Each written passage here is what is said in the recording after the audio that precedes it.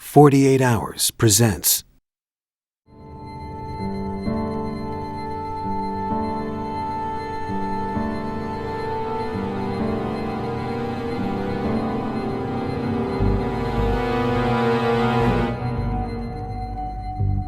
Imagine being 9 years old and learning that someone wanted to kill you, your dad, your brothers, and your mom. And that's what I found out when I was 9 years old. It all began on a perfect summer day. It was the end of summer, August. It was hot, sunny, not a cloud in the sky, and we spent all day at the beach. And everything was ideal until that night when everything changed. My uncle was a police officer, and he worked the midnight shift. My dad left for work just like normal. He hadn't gone probably half a mile from our house when a car pulled up behind him, pulled out alongside him, and he was shot through the driver's side window of his car with a shotgun. The shotgun blast tore through his face and ripped off his lower jaw. Before he lost consciousness, he wrote, "Not an accident." He realized that they were trying to kill him, and he feared for his family's life. On that summer night, my childhood ended. I was never alone again. We were guarded 24 hours a day. Everybody had a gun. We were fenced in. We had an attack dog. We had a sniper on the roof with a long-range rifle. You couldn't go out. I had hidden a steak knife under my mattress, and I would just lay there and listen. I just knew that the people who shot my father were not going to stop until we were all dead.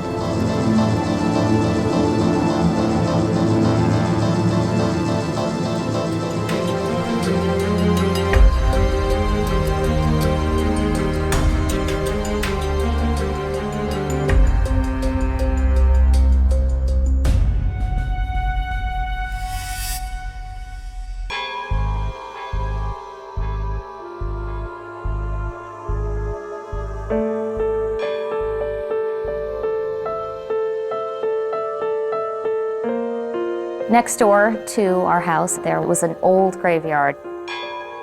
It sounds morbid, but it was actually this beautiful place to go and play. There were these old trees that were perfect for climbing, and grassy lawn to play tag and hide and seek, and we spent a lot of time over there.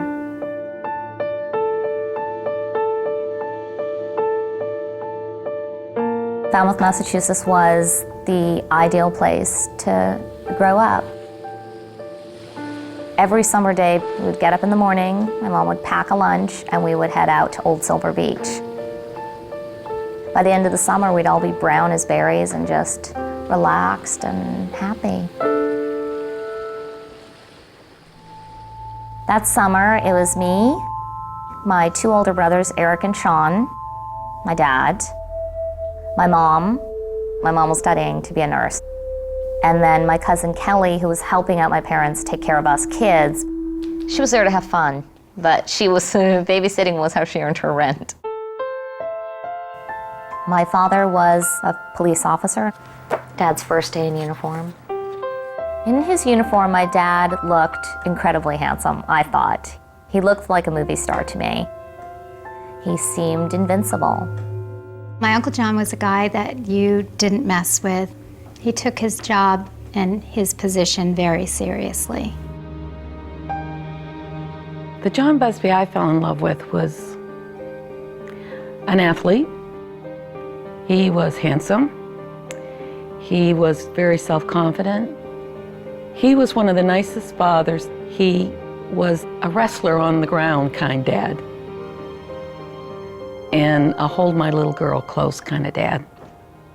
John always gave us the sense of safety and that nothing would happen to us as long as he was around.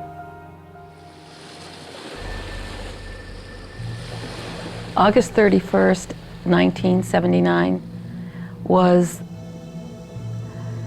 what changed our lives forever. Nothing was ever the same. August 31st, 1979. This was the Friday, the start of Labor Day weekend. We were out in the driveway painting my dad's car. This was my mom's way of getting us out of the house that night so that my dad could sleep because he worked the midnight shift. And this is a photo that my mom took of me that night. When I was growing up, it was really hard for me to look at because I would look at this girl and I would study her face and I would think, what is that girl thinking about? Like, what is her life like? Because it felt like after that night, that childhood ended. So that night, my dad got up to get ready for work. My brothers and I would have been in bed.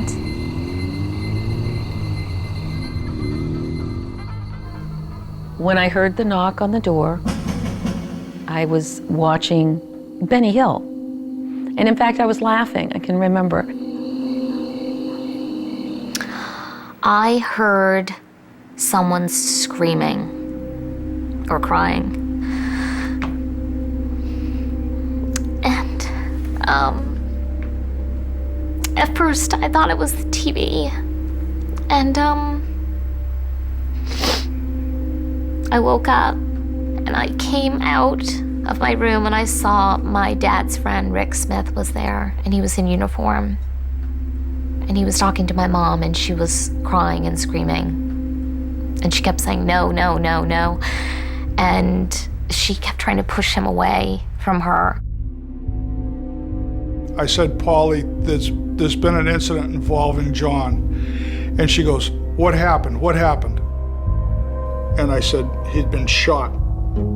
I made a noise. I remember making a noise and falling back against the wall and sinking down. I was saying, what's wrong? What's going on? And she didn't even acknowledge that I had come out of my room. There was a great deal of confusion. We knew something bad had happened to him. And I told Kelly, I'll call you as soon as I know what's happening. And the next thing I knew, I was in the cruiser. I could see lights everywhere. And I could see John's Volkswagen riddled with holes. And I thought to myself, this is bad. This is really bad. By the time we got to the hospital, there was a doctor and the nurses, and he was in a triage unit. The doctors were all over him, and he kept beckoning that he wanted to write. My dad managed to write a note. He said, Polly and the kids, not safe. When he wrote that note, I knew there was one person in town that was capable of trying to kill John. And that person was capable of killing his whole family. It felt like I was in a storm, and I didn't know how bad that storm was going to get. Or if any of us were going to be safe again ever.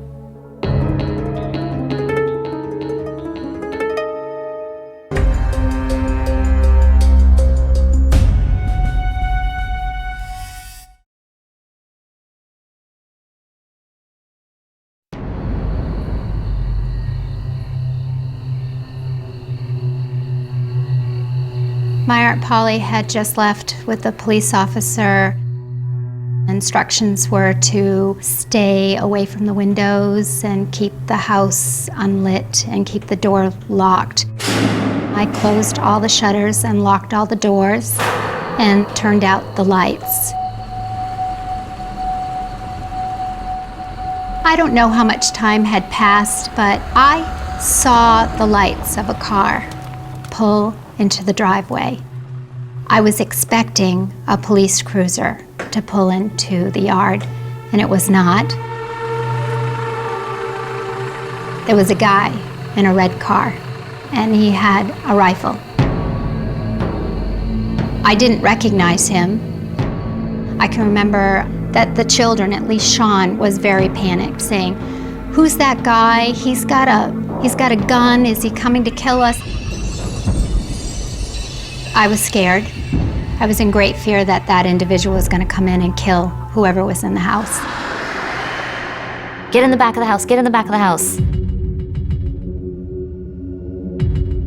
There was a lot of things going through my mind. To flee was not an option. There was no way out. All I could think of is we need to hide and make it look like there's nobody still at the house. Everything was whispers.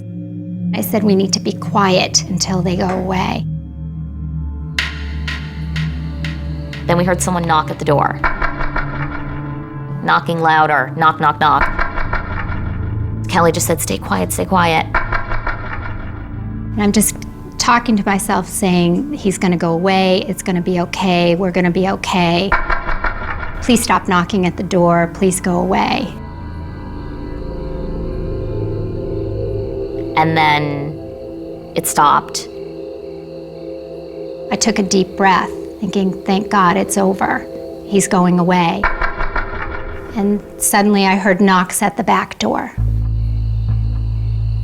It was then that I realized they weren't going away. That's when Kelly said, this is the plan. I want you guys to go into the attic and hide in there.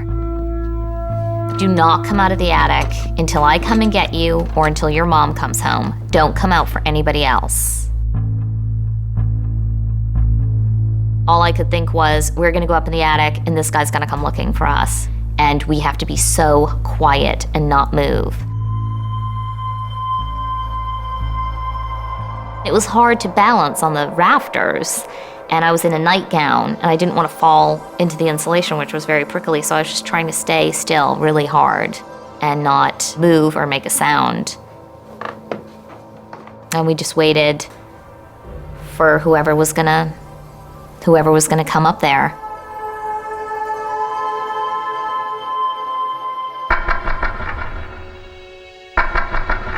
The kids are in the attic. The guy's still knocking at the back door, not going away. And I remember thinking, what am I gonna do? The first thing I had to do was protect those children and make it look as though they weren't home, and if there was entry into the house, that I was the only one in the residence.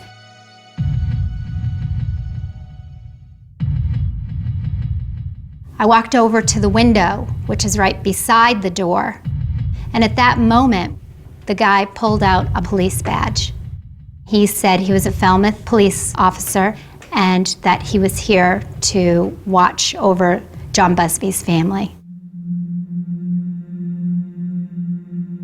We heard Kelly say, he's a cop, it's okay, you can come down. And then once we heard that, we were like, okay, it's safe. Throughout the evening, more police officers showed up to watch the home. And at that point, I realized that it just wasn't going to be okay the next day.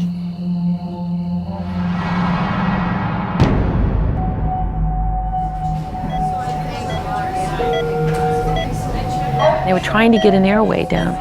They couldn't get it down, so they started giving him morphine. And I heard somebody say, he won't go down. We can't get him to relax and get the airway in. One of the officers behind me, and I think it was Rick Smith, he said, we have somebody at the house with the kids. We've got somebody there and others en route. And it was like you could see John just relax.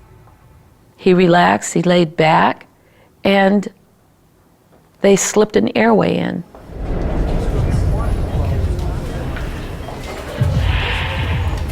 I really believe that John overwhelmed the doctors at the Falmouth Hospital. They'd never seen anything like that. They didn't know quite what to do. John looked like a monster. His beautiful, handsome face went right to here normal, and then it was like tissue had stretched and stretched and stretched. And right about here on his chest was his chin. There was no jaw. I wondered, how are we going to repair this? How are we going to put this back together?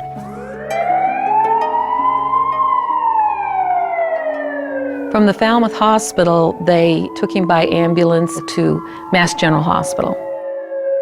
They reassured me that they'd gotten him there in enough time to keep him from bleeding out, but it would depend on how strong he was to come through the surgery.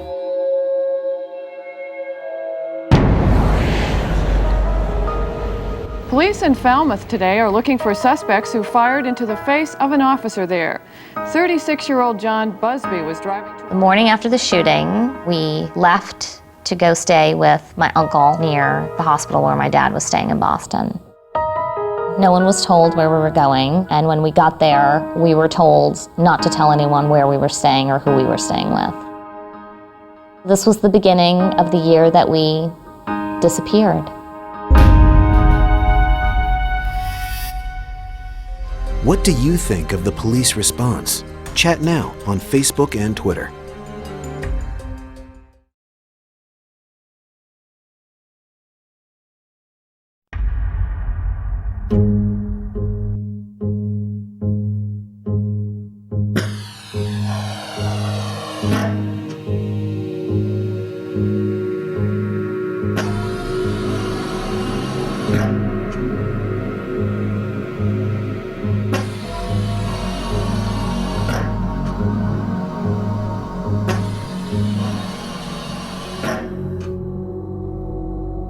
When John became aware in the recovery room, his eyes fluttered some, and then he started going from tube to tube.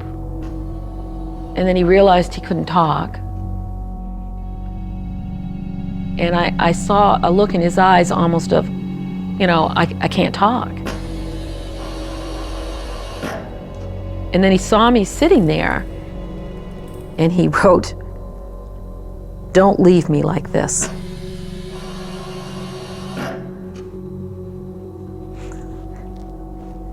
He didn't want to be on a respirator or be an invalid like that.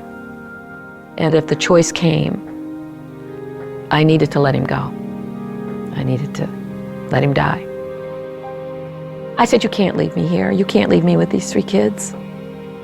I can't be left alone. You have to stay. You have to come back. We'll make it."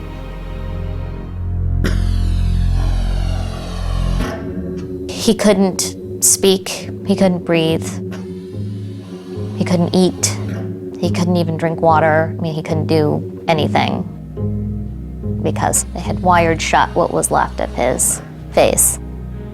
Once I saw him, I thought, wow, they really meant to kill him.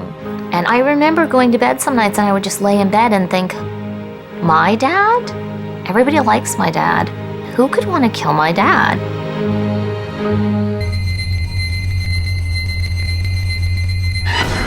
My father knew the instant that he was shot who was trying to kill him. And he was able to communicate that to the officers who were there on the scene. When I first saw him, he was shaking like a dog. He was holding the towels up to his face, and I asked him, "Who did this, John?" And he got out a pen and a notebook that he always carried with him, and he wrote, "Not an accident, Mel Rainey." John did not see who shot him, but he knew exactly who would want him dead. Melvin Rainey was in the trash hauling business. He had contracts all over Cape Cod, and it was very lucrative. He was a convicted arsonist. He had a reputation of getting even with individuals by sneaking in the night and burning properties. His favorite saying was, "I smell smoke." I smell smoke, which meant, you know, without directly threatening, it meant there's going to be a fire in your future, your house, your car, whatever. I'm going to burn something of yours. Melvin Rainey was also suspected of murder. He was suspected of killing 3 people. And in 2 of those cases, the bodies have never been recovered. Melvin Rainey was married to a woman named Wanda Medeiros Rainey, and in 1971, she went missing. He claims that he dropped her off at the bus station and she was never seen again. About a year later, a teenage boy in Falmouth named Jeff Flanagan went missing. He was dating a 17-year-old girl who had been babysitting for the Rainey family, who Melvin was also interested in. Jeff Flanagan was found shot to death. His body was recovered in a cranberry bog directly across the street from Melvin Rainey's home. And then a former employee of Melvin Rainey's, a 17-year-old boy named Paul Allward, was set to testify against Melvin in a grand jury arson investigation. The police promised that he would be protected. They escorted him to the Martha's Vineyard ferry, where he could go out to where he had some family and stay there until the trial. He got on the ferry, he didn't get off. Melvin Rainey basically walked free on all of those accounts. I think because people were afraid to prosecute him. And I'm talking about policemen afraid of him because they had families and they go to bed at night and you don't know if he was going to burn the house down with your kids in the house. I knew that the police chief's car had burnt in his yard, and everybody assumed that it was, Melvin, but nobody could prove it.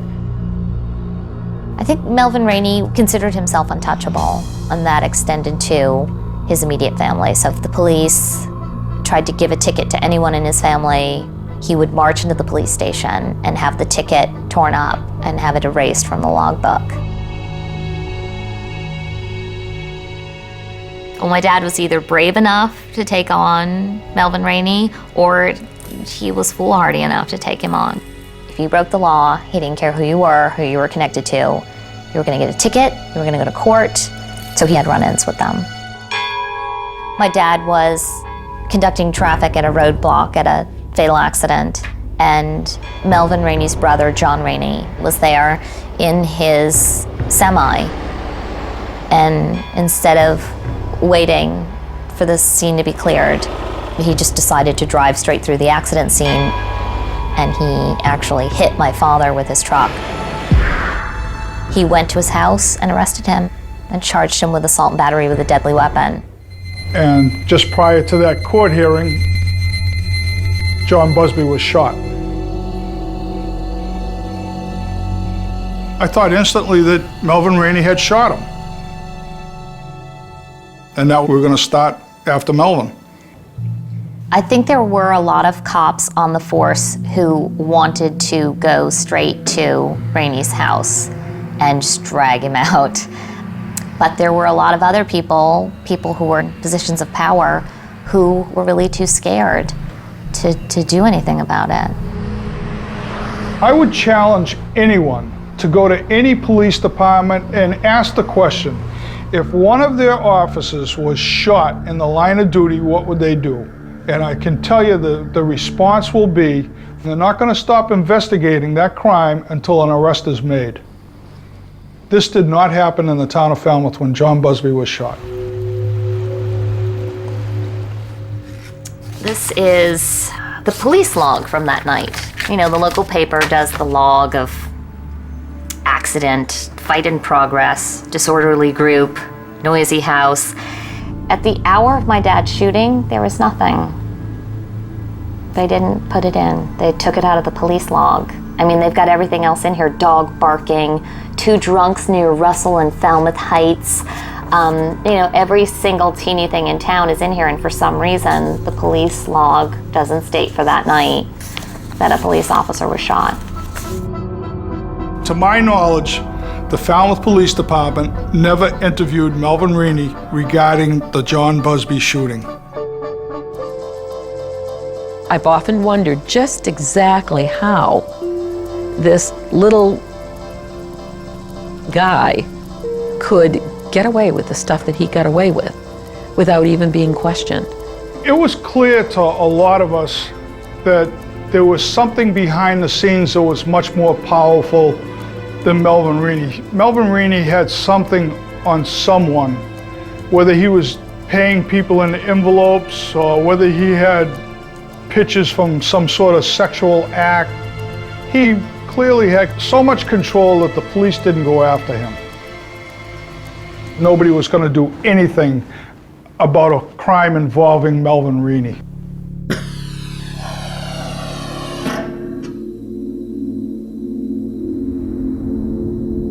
Michael John did not want to die. Michael John wanted to live, and live to take care of what happened to him. Their biggest mistake was they didn't kill him. That was their biggest mistake.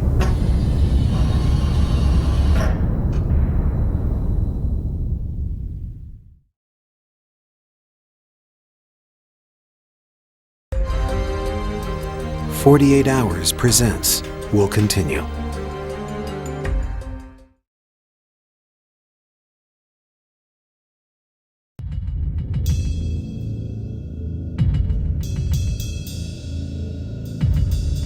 My name's John Busby. They didn't think I'd live, but I did. Someone's going to do a voiceover for me. I'm a little hard to understand, but these are my words, and this is my story.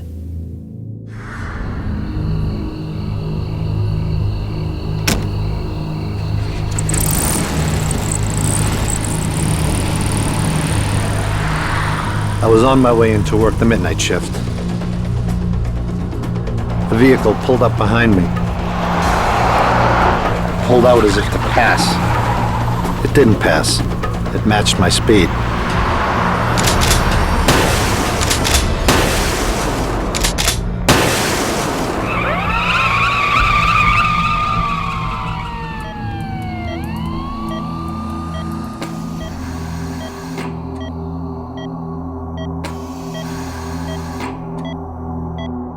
I got word while I was in the hospital that the investigation had been totally botched.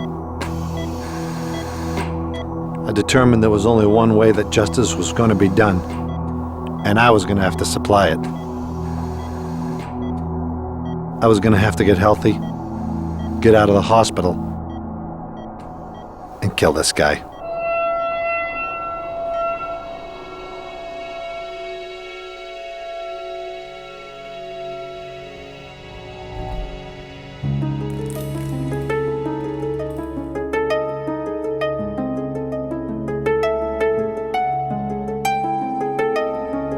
We came back from Boston. We drove to our house, and when we pulled into the driveway, there were police cars in the driveway. The police made it clear that we needed to be protected. We had at least 2 guards at our property 24 hours a day, and they were well armed.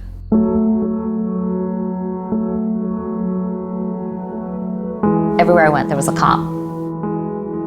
I had a police officer follow me to school, wait outside my classroom all day, in the lunchroom, everywhere I went. My first day back to school, we went down to the lunchroom. A boy came over to the table, leaned over to me and said, "You know why that cop's here, don't you? Because somebody wanted to kill your dad and somebody's gonna come and kill you." They were thought of as being different at that time, and not in a special way, but in a way of almost like a virus. Kids had been told, "Don't sit by her." They were transferred out of my classroom because what parent wants their kid next to, you know, a ticking time bomb, basically? Life was spent speculating who somebody was, who was traveling too close to you. Didn't matter where you were. You thought about who's beside me and what could they do to you. We had police protection for the first few months when we were home. When it started costing the town so much money that it was busting the bank, I guess, they decided to protect us in a different way. An 8-foot fence, an alarm system, and a guard dog. His name was Max. I did not like Max. If I was in the yard without my dad, that dog had to be chained up. If he thought somebody was gonna hurt my dad, even if it was me, he would just bite your throat out. Getting him meant that our family dog, Tigger, had to be given away because she was terrified of him. We had gone from a really regular family where my parents were really loving to things being very serious all the time. We used to go to the beach, do things together as a family, and now we really just didn't leave our house as a group anymore. My uncle was very quiet, and you could almost see the turmoil in his thought process. You could see he was thinking all the time. There was a simmering anger that was building. All physicality between us and him ended because he was injured. You felt like you couldn't get close to him physically or emotionally anymore. His personality was just so different. He just seemed like he was in a different world.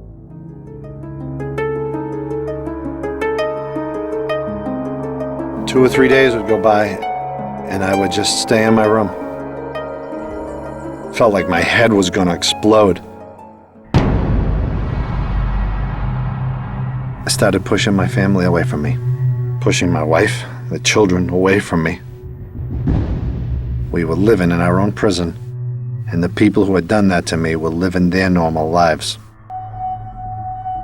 The only way out of this mess was leaving town, moving my family somewhere safe. By then, I would be healthy and strong, and able to arm myself with an untraceable weapon.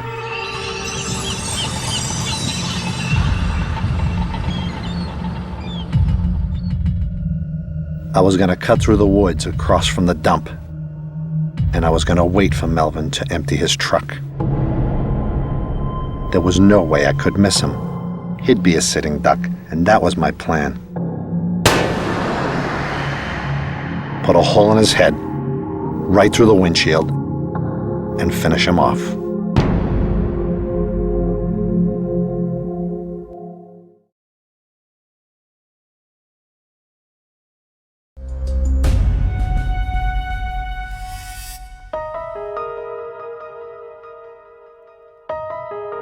I would come home from school.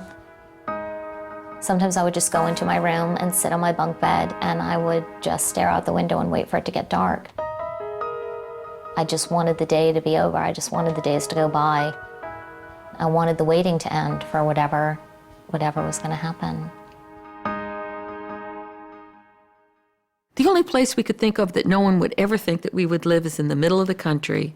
And when we put the names of places that had accepted me as a nurse in a hat in Drew out, Tennessee, we gave it a go. Once we knew where we were moving, my parents made it very clear to us that we couldn't tell anyone anything about where we were being relocated. Max, our killer dog, was sold back to the training center, and the town of Falmouth was kind enough to let us keep the money, and we would need every cent of it. My compensation for getting shot in the line of duty was $200 a week. He was shot twice. He was shot once physically by a shotgun, and he was shot the second time by the town when they gave him the boot. They said, it's easier for you to just go live someplace else than live here, and we'll save money and you'll be on your way.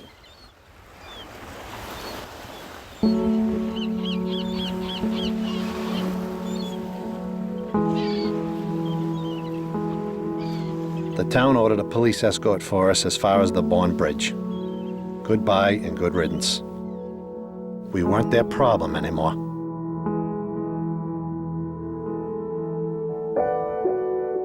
I assumed the so-called investigation into my shooting would end as soon as we cleared the bridge that morning. And I was right.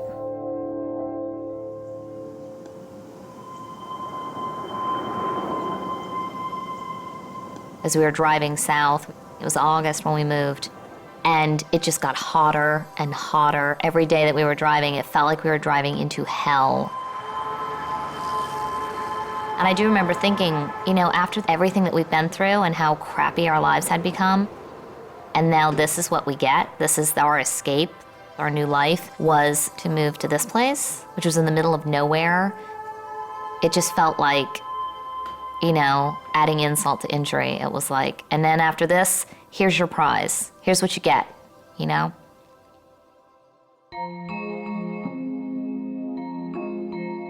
We had to assume disguises almost to fit in and to not stand out and make ourselves too obvious. I became like the girls at school. I pretended I had a Southern accent. I got a perm. I started wearing lip gloss, and I lied. I lied about our past, why we had moved there, what had happened to my father, what was wrong with his face. You know, when you tell a lie for long enough and it sort of becomes your reality, those people that lived in Cape Cod, that little girl and my dad and all of us, they really did disappear. I mean, we relocated to Tennessee, but the people that we were are gone forever.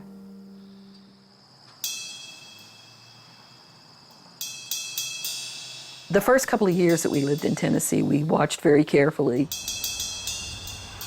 We lived in a very isolated area. John watched cars that went by the house to see if they slowed down. And that finally wore away. It went away. He kind of looked like the old John, except for the fact that he had this huge mountain man beard. I believe that John needed that type of place for a healing process. We lived on a large farm. He did a lot of work on that farm when he was physically able. He split wood we would never need, just for the physical smashing of an axe through a piece of something.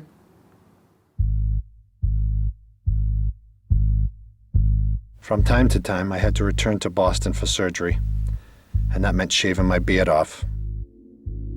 And every time I shaved my beard off, I would see what they had done to me, and the anger would just come flooding back. While I was up in Boston, I visited my uncle. He always called me nephew. He said, "Nephew, come down in the cellar. I got something I want to show you." We went down the cellar. He opened up a gun case, and there was a .22 caliber rifle. It had a scope on it, and on the end of it was a silencer.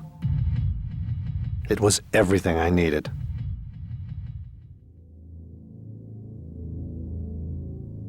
I looked at the gun my uncle had put together. I wrote a few words in my notebook and showed it to him. "Thank you for all your effort. I won't need it."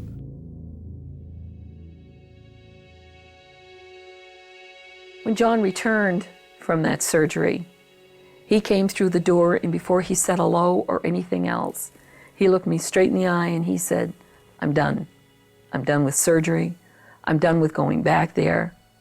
I'm really done." And I said, "I'm done too." I really felt we had turned a corner, that he was leaving the revenge and his hatred behind, and that he was going to embrace his family and his life. We were heading forward with the person that John grew into to be the man he is today. In 2003, there was actually a break in my dad's case. There was a confession. The Raineys had started turning on each other, fighting over money, and they'd gone into the police and started spilling family secrets. 24 years after my dad's shooting, John Rainey finally came clean. He placed the entire blame for my dad's shooting on his brother, Melvin Rainey. Melvin's brother told the whole story of the night of John's shooting.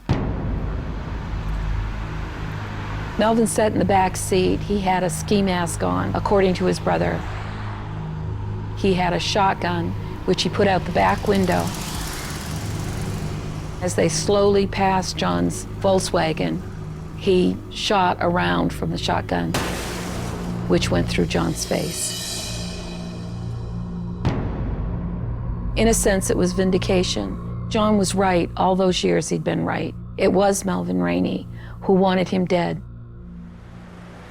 They remain unpunished, and they will remain unpunished because the statute of limitations... The sad part of this vindication was the fact that it came to light after the statute of limitations, so no legal process would happen. In some ways, Melvin did get punished. Melvin is in a state institution. He has what is reported to be Pick's disease, which is a disease that affects the brain. I'm told that he's in a state of dementia. You know, what goes around comes around. He's getting what's rightly his, I guess.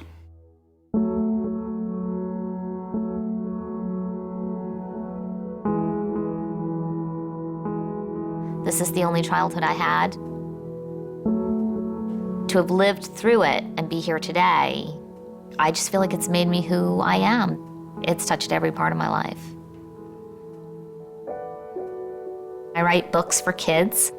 I'm a mom and I'm a wife. Well, I can't think of anything else that I would. Yeah, I have it all.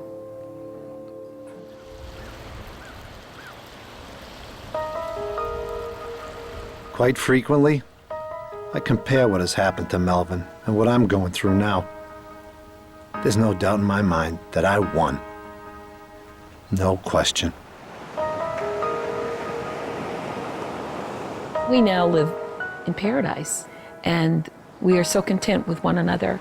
We've come through a storm, and now we're at peace.